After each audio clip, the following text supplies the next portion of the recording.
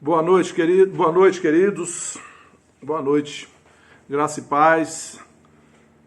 Estamos aqui mais uma vez para conversarmos, para aprendermos a palavra de Deus. E é com alegria que eu estou aqui com você. Mas antes de começar a nossa lição de hoje, eu queria pedir um favor para você. Queria que você desse o seu like aí no nosso canal e se inscrevesse, né? Porque isso é importante para nós, o crescimento do nosso canal. Convide pessoas para se inscrever e depois você acione o sininho que está aí do lado, e porque você acionando esse sininho você vai receber notificações de novas postagens. E também gostaria de salientar para você, caso você queira, você possa, você tenha liberdade no seu coração e alegria e quiser nos ajudar, a conta está aí embaixo no nosso canal, a nossa conta, a conta do Banco do Brasil, a conta da Vida Plena Ministério Internacional. Se você deseja nos ajudar na divulgação, na propagação da Palavra de Deus, pode fazer a sua transferência, o seu depósito, o seu TED. Isso vai nos ajudar muito no crescimento da nossa obra. Amém, queridos? Dito isso, vamos ao assunto. Eu queria que você abrisse a sua Bíblia hoje no texto de Oséias. Eu quero ler para vocês Oséias capítulo 4. Oséias capítulo 4, no versículo 6, que diz assim: O meu povo está sendo destruído porque lhe falta o conhecimento. Queridos, como é atual esse texto de Oséias? O meu povo está sendo destruído porque lhe falta o conhecimento. Como nós vemos nos dias de hoje, pessoas sofrendo, famílias sendo destruídas por falta do conhecimento de Deus e da sua palavra. Nunca foi tão necessário o conhecimento da palavra, a comunhão com Deus. Eu não estou falando aqui, queridos, de religião. Eu digo de um estilo de vida que agrade ao Senhor, um estilo de vida que priorize o Senhor no coração, nas decisões, na vida. Nunca o homem precisou tanto de Deus como nos dias de hoje. E esse texto de Oséias, ele é muito atual. O meu povo está sendo destruído porque lhe falta o conhecimento. Quando nós olhamos para a história do povo judeu, queridos, quando você lê ali o Antigo Testamento, a Bíblia nos mostra que Deus, por intermédio de Moisés, deu a lei para que aquele povo tivesse um parâmetro para balizar a sua vida, suas atitudes, suas escolhas, de modo que quando eles se balizavam pela lei, pelaquela palavra que foi dada por Deus, eles viviam tempos de vitória, tempos de bênçãos, tempo de crescimento, tudo funcionando bem. Mas sempre que aquele povo ele resolvia desobedecer a Deus, resolvia desobedecer aquela instrução que Deus havia dado por intermédio de Moisés, a lei, o povo vivia derrotado, era conquistado pelos seus inimigos, vivia humilhado, passando situações muito difíceis. E hoje, trazendo para o dia de hoje, a gente vê que a igreja, que é o corpo de Cristo, que é a maior autoridade na terra, é a igreja do Senhor Jesus. Hoje, a igreja vive, às vezes, como Israel vivia nesse tempo de Oséias, perecendo por falta de conhecimento, perecendo por não conhecer a verdade da palavra, por não conhecer os seus direitos, os seus privilégios em Cristo, aquilo que Cristo já conquistou e o Pai, pela sua graça, pelo seu amor, pela sua bondade, já nos deu graciosamente. Por falta do conhecimento do que nós somos em Cristo, do que nós temos em Cristo e do que nós podemos em Cristo, muitas vezes nós estamos vivendo aquém daquilo que Deus preparou para que nós vivêssemos. E é preciso que a gente acorde para isso. No Evangelho de Mateus, no capítulo 22, ali a partir do versículo 23, tem uma situação onde os saduceus eles se aproximam de Jesus. Os saduceus era uma corrente do judaísmo que não acreditava na ressurreição, era uma corrente opositora aos fariseus, ao farisaísmo, porque os fariseus acreditavam na ressurreição. Os saduceus se aproximaram de Jesus e colocaram uma pergunta para ele, dizendo: Mestre, Moisés disse, se alguém morrer não tendo filhos, seu irmão casará com a viúva e suscitará descendência ao falecido. E aí propõe uma situação. Ora, havia entre nós 7 irmãos. O primeiro, tendo casado, morreu e não tendo descendência, deixou sua mulher a seu irmão. E assim foi sucedendo. Cada irmão foi morrendo, o outro ia casando com aquela viúva, o outro morria até chegar aos 7. No final, ela casou com os 7 irmãos, os 7 morreram e não suscitou descendência. E eles colocaram a seguinte questão para o Senhor Jesus: portanto, mestre, na ressurreição, de qual dos 7 ela será esposa, já que ela casou com os 7 aqui na terra? E a resposta de Jesus no versículo 29 é maravilhosa. Jesus respondeu a eles: errais não conhecendo a Escritura, as Escrituras, nem o poder de Deus. Vou repetir para você a resposta de Jesus. Errais não conhecendo as Escrituras, nem o poder de Deus. E é exatamente isso que acontece hoje com a igreja, querido. A igreja erra. A igreja está deixando de ser bem-sucedida por não conhecer a palavra, as Escrituras, e nem o poder de Deus. Muitas vezes a gente vê a igreja buscando, pedindo, implorando, suplicando a Deus aquilo que Deus já lhe deu. Está deixando de usufruir e continua pedindo a Deus aquilo que Deus já nos deu em Cristo. E é importante, queridos, que todos nós, como igreja, esse momento onde está acontecendo essa pandemia de coronavírus, onde todos estão em casa por conta dessa determinação dos nossos governantes, temos uma disponibilidade de tempo, temos uma condição de tempo onde nós podemos, com disciplina, estudar, ler, meditar, crescer no conhecimento de Deus, no conhecimento da sua palavra, para que a gente não seja enganado, para que a gente conheça aquilo que nós temos de direito, que Deus já nos deu, para que a gente possa exercer o nosso direito diante das forças do mal que tentam nos apertar, nos oprimir, como está acontecendo nos dias de hoje. Então nós precisamos buscar o conhecimento de Deus, o conhecimento da palavra. Como eu posso fazer isso? Lendo e meditando na palavra de Deus, na Bíblia. A Bíblia é a palavra de Deus. Quando nós lemos, quando nós meditamos, com disciplina, com organização, sendo assim diligente no estudo da palavra, queridos, o Espírito Santo se encarrega de trazer a revelação da palavra para o nosso coração, de modo que a gente venha a ter um balizamento correto nas nossas decisões, um balizamento correto nas nossas atitudes, para que a gente viva bem. Eu aconselho você também, eu estudei no Centro de Treinamento Bíblico Rema Brasil, aconselho você que está me ouvindo, se na sua cidade tem, busque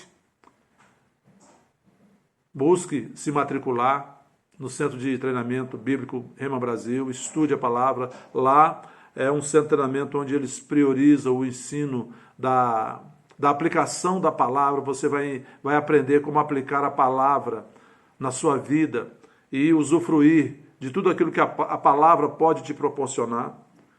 Estude se você puder, converse com se você não é daquela denominação do Verbo da Vida, você converse com seus líderes, com seus pastores, convide primeiro os seus pastores para estarem lá, aprendendo juntos, e estude e aprenda e seja uma bênção na igreja onde você foi plantado por Deus. Outra maneira de nós crescermos no conhecimento e da revelação da palavra é através da oração em línguas. Em 1 Coríntios capítulo 14, no versículo 3, diz que quando nós oramos em línguas, nós falamos mistérios com Deus. Nós falamos segredos com Deus. É nesse momento em que o Espírito Santo traz ao nosso espírito a revelação da palavra, coisas que a gente não percebeu, a gente leu, não percebeu em determinado momento. Quanto mais nós oramos em línguas, quando a gente está lendo a palavra, vem aquele insight, aquela luz sobre o que nós estamos lendo, e aí a letra se torna espírito, a revelação vem para nós. A oração em línguas, a comunhão com o Espírito Santo, nos ajuda a crescer no conhecimento da palavra. Porque o Espírito Santo, querido, também é a unção que nos ensina todas as coisas. Lá em 1 João, capítulo 2, no versículo 20 e no versículo 27, diz: "E vós possuís unção, que vem do Santo, e todos tendes conhecimento." E no versículo 27 diz: "Quanto a vós outros, a unção que dele recebestes permanece em vós, e não tendes necessidade de que alguém vos ensine, mas como a sua unção vos ensina a respeito de todas as coisas, e é verdadeira e não é falsa, permanecei nele, como também ela vos ensinou." O Espírito Santo nos ensina acerca de todas as coisas. Ele é o melhor professor. Ele conhece todas as coisas. O Espírito Santo é uma pessoa e ele é Deus. E ele conhece tudo, querido. Todos os assuntos que você imaginar, o Espírito Santo conhece e ele pode nos orientar bem. Outra forma que nós podemos fazer para crescer no conhecimento de Deus é congregar. Isso mesmo. A palavra diz em Hebreus capítulo 10 que nós não devemos deixar de congregar, como é costume de alguns. Quando nós estamos congregando, querido, a unção coletiva naquele ambiente, a palavra que é trazida, a revelação que é trazida por intermédio daquele irmão, daquela irmã que naquele dia prega a palavra, o Espírito Santo usa aquela pessoa e traz revelações, traz ensinamentos. Cada um, querido, tem uma capacidade diferente, um dom diferente, uma habilidade diferente, e o Espírito Santo usa. Então, quando nós estamos expostos a alguém que está pregando, a gente não deve ficar olhando para a pessoa, descredibilizando, porque, eu conheço, é fulano, é ciclano, porque quando nós agimos assim, nós fazemos como aquele povo lá da terra de Jesus, que porque descredibilizaram a pessoa do Senhor Jesus. Não é esse filho de Maria? Não são os seus irmãos? Fulano, ciclano, Judas. A família dele não vive aqui perto de nós, e a palavra diz que por causa desse descrédito que eles deram à pessoa de Jesus, eles não honraram a unção, a pessoa de Jesus Cristo. O Senhor Jesus não pôde ali fazer muitos milagres. Foram poucos os milagres que Jesus pôde fazer naquele lugar por causa da incredulidade, da falta de honra daquelas pessoas para com ele. Então, quando nós vamos congregar, querido, a gente não deve escolher, eu gosto mais quando fulano ou quando ciclano prega, o pastor tal prega, porque não, querido. Todos ali, quando sobem ali naquela plataforma, eles vão com a consciência que é o Espírito Santo. Se o Espírito Santo não for com eles nada podem fazer. Então a gente tem que ter essa consciência. Eu vou receber do Espírito Santo por intermédio da vida de fulano. E assim, querido, a gente disciplina a nossa mente, a nossa carne, para honrar a unção das pessoas que estão à frente ensinando. E quando a gente tem essa atitude de honra, nós recebemos da unção que aquela pessoa, a unção que está sobre a vida daquela pessoa.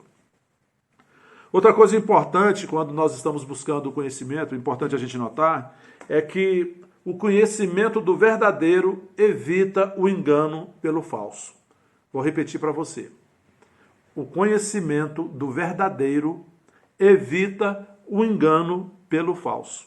Eu vou dar 4 exemplos para você entender isso que eu disse.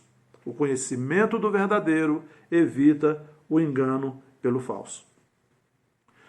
O Senhor Jesus, quando estava aqui, ele usava muito parábolas que eram situações naturais para trazer verdades espirituais. E eu vou usar aqui algumas parábolas também que o Espírito Santo me deu para trazer, para ilustrar isso, esse princípio que você deve aprender, que o conhecimento do verdadeiro evita o engano pelo falso. Por exemplo, se uma mulher pede para o seu esposo para comprar, ir à farmácia, à loja de cosméticos, vou usar o meu caso, se a minha esposa me pedir para ir à loja de cosméticos ou à farmácia e comprar para ela uma tinta para o cabelo. Queridos, e creio que a maioria dos homens seriam facilmente enganados pelo vendedor, pelo atendente da loja de cosméticos. Por quê? Porque a gente não conhece sobre tintas de cabelo. Eu particularmente, digo que eu não conheço absolutamente nada, sou zero nesse assunto. Então, qualquer coisa que a atendente me dissesse, olha, essa tinta é boa, essa aqui é boa, para mim, estava tudo certo. Eu seria facilmente enganado. Mas eu tenho certeza que a minha esposa e a maioria das mulheres não seriam enganadas. Por quê? Porque elas conhecem a numeração da tinta, tonalidade da tinta, qualidade da tinta, a fixação que cada tinta dá, e assim por diante, as características de cada tinta, aquilo que elas querem, né, que elas desejam ter com a tinta. Então, as mulheres não seriam enganadas. Por quê? Porque elas conhecem, elas já dedicaram um tempo aprendendo, né, experimentando, elas conhecem o verdadeiro. Então, elas não seriam enganadas pelo falso. Segundo exemplo, agora vou dar um crédito para os homens. Quando normalmente alguém na família vai comprar um carro usado, geralmente, né, não digo 100%, mas geralmente são os homens que vão examinar o carro usado para comprar. Por quê? Porque é um assunto que os homens gostam, que os homens se dedicam mais, leem mais, aprendem mais. Então, os homens são mais difíceis de serem enganados pelo vendedor, ao contrário das mulheres, que não têm muito interesse nesse assunto de carro, não digo todas, mas a maior parte.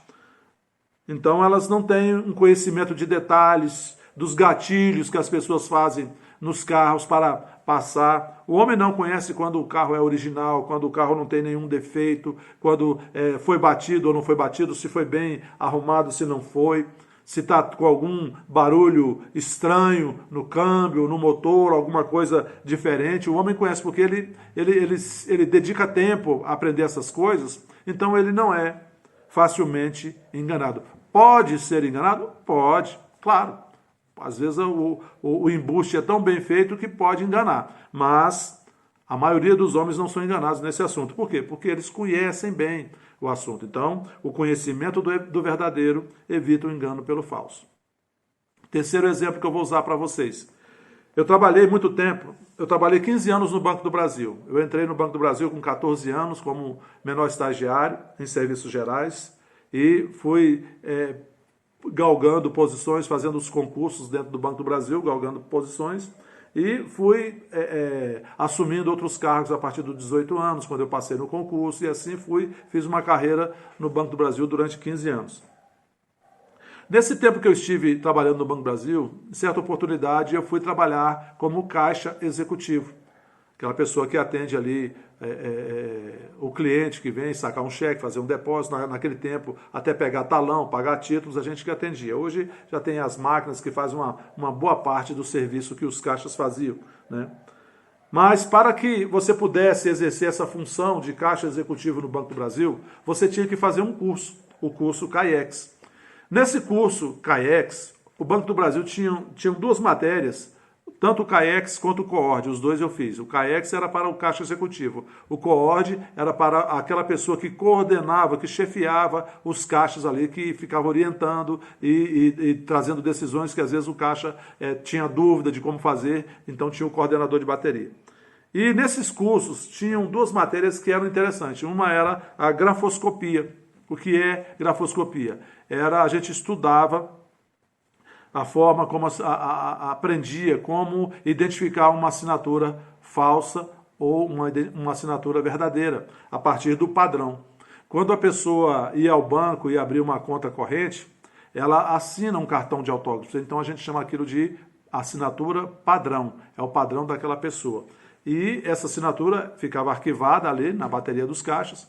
Então, quando chegava um documento, um cheque assinado, ou uma duplicata, ou um contrato, e precisava de a conferência daquela assinatura, o que o caixa fazia? O caixa pegava aquele documento que lhe era apresentado com a assinatura da pessoa e comparava com a assinatura padrão. E aí ele identificava se era verdadeiro ou falso. Mas como ele fazia para identificar?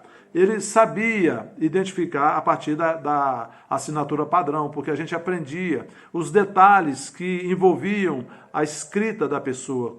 Cada pessoa, que de acordo com a sua personalidade, cada um tem uma forma de escrever, tem traços, tem detalhes, assim, são tão minuciosos esses detalhes que cada um tem, da sua personalidade, que fazem diferença.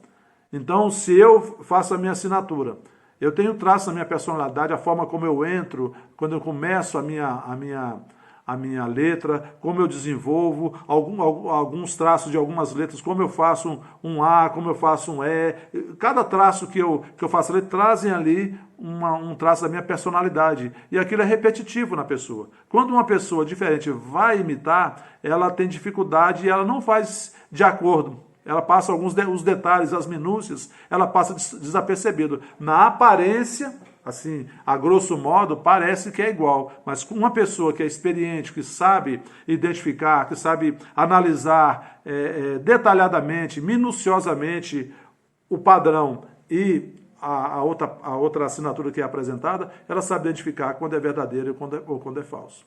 Por isso que muitas vezes o caixa recusava essa assinatura aqui no cheque, não foi a própria pessoa que fez. E aí recusava e o cheque era devolvido muitas vezes por assinatura, por diferença, né, na assinatura.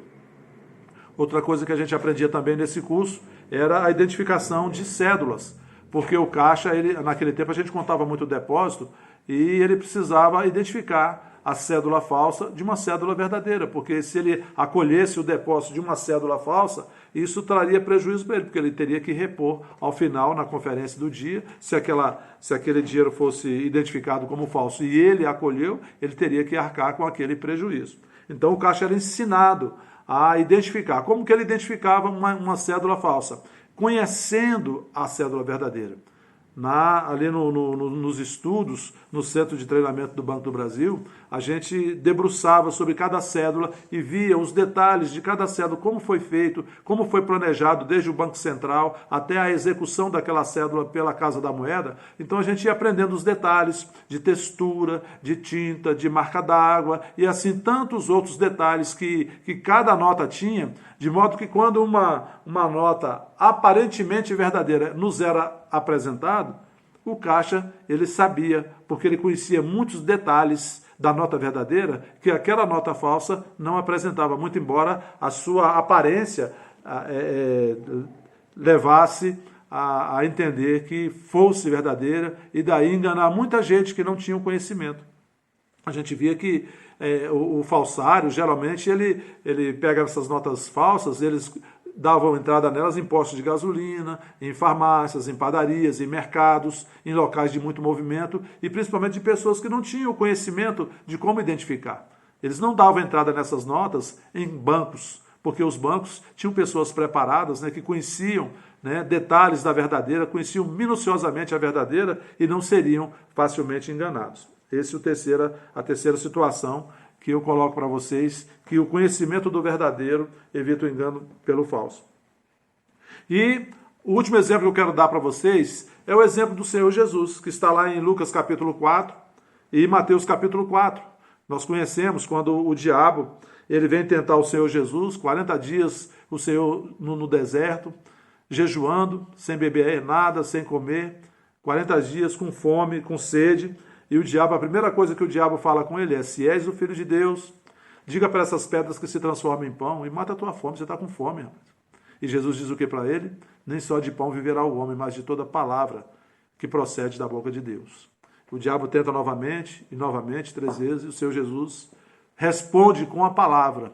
O diabo torcia a palavra e tentava enganar o Senhor Jesus para que o Senhor Jesus obedecesse a ele, se reduzisse a ele, mas o Senhor Jesus sempre respondia com a palavra. Está escrito, Satanás, nem só de pão viverá o homem, mas de toda palavra que procede da boca de Deus. Está escrito, Satanás, não tentarás ao Senhor teu Deus. Quando Satanás diz para ele, olha, se joga daqui de cima do pináculo do templo, porque aos anjos está escrito que o Senhor vai te guardar. E Jesus responde, está escrito, Satanás, nem não tentarás o Senhor teu Deus. Por último, Satanás leva ele até o alto monte e fala, olha, esses reinos todos me foram dados, se você se prostrar e me adorar, eu darei a você, porque eles me foram dados. Jesus diz o que para ele? Sai, Satanás, porque está escrito que somente a Deus adorarás, somente a Ele prestarás culto. O conhecimento da verdade, querido, ele evita o engano pelo falso. Quanto mais nós nos dedicarmos a conhecer a palavra, quanto mais nós nos aprofundarmos no conhecimento da palavra, menos nós erraremos, menos nós seremos enganados pelo inimigo. E o Senhor Jesus diz lá em João, capítulo 8, versículo 32, um versículo que é muito utilizado nos dias de hoje, né? As pessoas falam muito dele.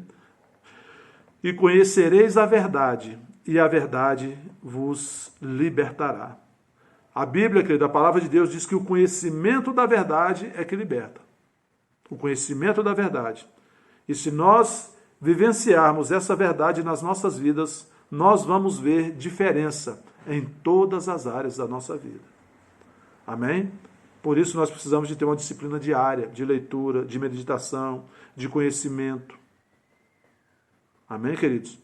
E com essa disciplina diária de leitura, de meditação, de conhecimento da palavra, a nossa vida vai ser acrescentada saúde, paz, sucesso, boas decisões. Você pode também acrescentar a essa disciplina diária. A gente vê que hoje em dia a mídia apresenta uma série de programas que não nos ajudam a crescer em nada. Muitas vezes são valores errados que estão sendo passados, valores contrários à palavra de Deus. Nós não precisamos ficar expostos a isso. Existe um botãozinho lá, on, off, que nós podemos acionar, desligar isso. E hoje a gente tem as plataformas digitais, os canais digitais que a gente pode acionar, ligar, nos conectarmos para aprender a palavra. E eu aconselho você, nós temos um canal no YouTube, como eu pedi no começo, você pode se inscrever no nosso canal, que sempre nós estamos postando mensagens novas e ouvir uma mensagem que vai trazer uma edificação para a sua vida, que vai trazer esclarecimento para o seu entendimento, que vai trazer luz para a sua mente, que vai trazer um bom entendimento para que você tome boas decisões. Porque quanto mais nós nos aprofundamos no conhecimento da palavra de Deus, quanto mais a verdade da palavra for rema, for revelação na nossa vida, tudo que for contrário à palavra de Deus, naturalmente nós iremos rejeitar. Por quê? Porque a palavra ela já se tornou parte de nós, vida em nós. Por isso nós precisamos do conhecimento, para rejeitar o que é falso, para rejeitar as coisas que não são realmente de Deus.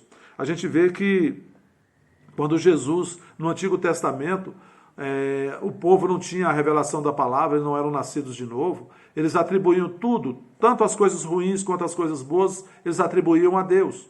Somente quando Jesus veio aqui, Jesus veio fazer essa distinção, que tudo que é bom vem de Deus, tudo que é ruim que acontece ao homem vem do inimigo, é o inimigo que provoca.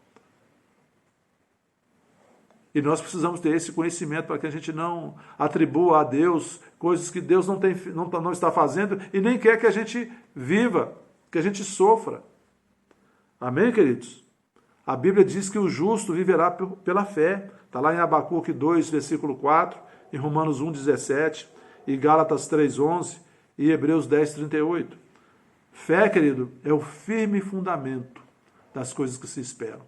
Fé é certeza, é convicção da palavra de Deus. Então nós precisamos conhecer a palavra, nos firmar sobre a palavra e viver sobre a palavra, para que o inimigo, querido, tudo aquilo que é contrário à palavra, a gente afaste da nossa vida e com isso a gente afaste a destruição. Como eu disse, meu povo está sendo destruído porque lhe falta o conhecimento. Aqui nós já aprendemos ao longo dos nossos estudos, ao longo da nossa vida, do nosso envolvimento com a palavra, que nós somos justos hoje, querido, justificados pelo sangue de Jesus. Jesus entregou a vida dele, derramou o seu sangue naquela cruz, não foi por ele, não foi para ele, foi por nós. E nós precisamos entender isso, que hoje nós somos justos. Diante de Deus, Jesus resolveu a nossa situação. Então nós não precisamos sofrer coisas que o inimigo está imputando a nós, nos levando a sofrer, como se nós fôssemos, merecesse esse castigo de Deus. Não, querido. O castigo que nos trouxe a paz estava sobre Jesus ali naquela cruz. E pelas suas pisaduras nós fomos sarados. Para vivermos por fé, nós precisamos conhecer os nossos direitos. Nós precisamos conhecer a nossa realidade em Cristo, o que nós temos em Cristo, o que nós podemos em Cristo, o que nós somos em Cristo. Segundo a palavra de Deus, não segundo o que alguém fala, mas segundo aquilo que a palavra de Deus diz, para que nós possamos andar nessa consciência, determinando às circunstâncias e ao diabo e aos seus demônios e exigindo deles que soltem o que nos é de direito em nome de Jesus Cristo. Para que nós possamos, conhecendo a verdade, andar na verdade, para que o que é nosso e que já está liberado, porque Jesus já liberou para nós uma vida plena na cruz do Calvário, possa chegar até nós e nós desfrutarmos. Amém, queridos? Feche seus olhos, eu vou orar por você nesse momento.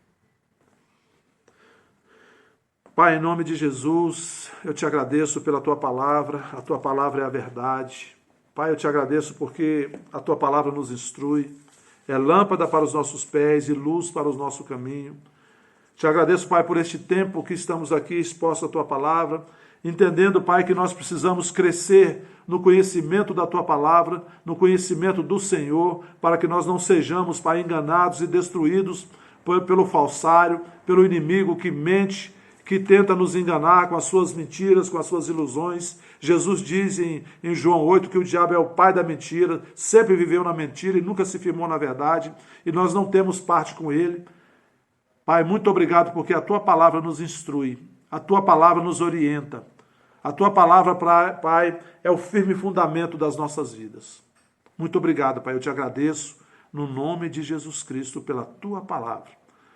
Queridos, ainda de olhos fechados, eu queria que você colocasse a sua mão. Se você está passando por alguma situação, com algum sintoma no seu corpo, eu gostaria que você colocasse, se você pode, a sua mão sobre este local. E eu vou orar por você agora. E eu sei que, entenda bem, não sou eu não tenho capacidade nenhuma em mim. Mas o nosso Deus, ele não está preso. O poder de Deus não está encarcerado. O Espírito Santo não está encarcerado. A minha oração pode alcançar você aí agora, onde você está. E o Espírito Santo tocar você, o poder de Deus tocar você por intermédio desta oração. E este mal vai sair de você agora, em nome de Jesus.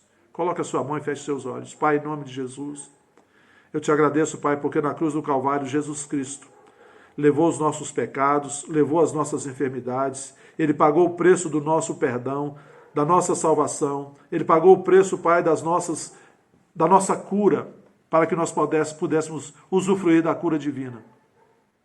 Obrigado, Pai, porque o Senhor não está limitado nem por tempo, nem por espaço. O teu Espírito não está limitado, o teu poder não está limitado, Pai, nem por tempo, nem por espaço.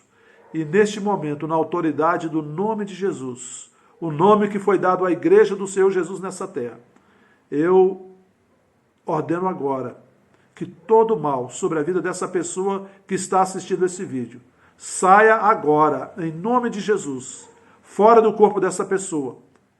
Em nome de Jesus, que venha agora o alívio, o refrigério de Deus e seja cessado agora todo o processo inflamatório, todo o processo infeccioso, todo o processo de enfermidade, seja cessado agora, na autoridade do nome de Jesus Cristo. Assim eu oro, assim eu te agradeço, Pai. Em nome de Jesus. Queridos, dê o seu like no nosso vídeo, registre aí, se inscreva no nosso canal, compartilhe este vídeo e até a próxima. Boa noite.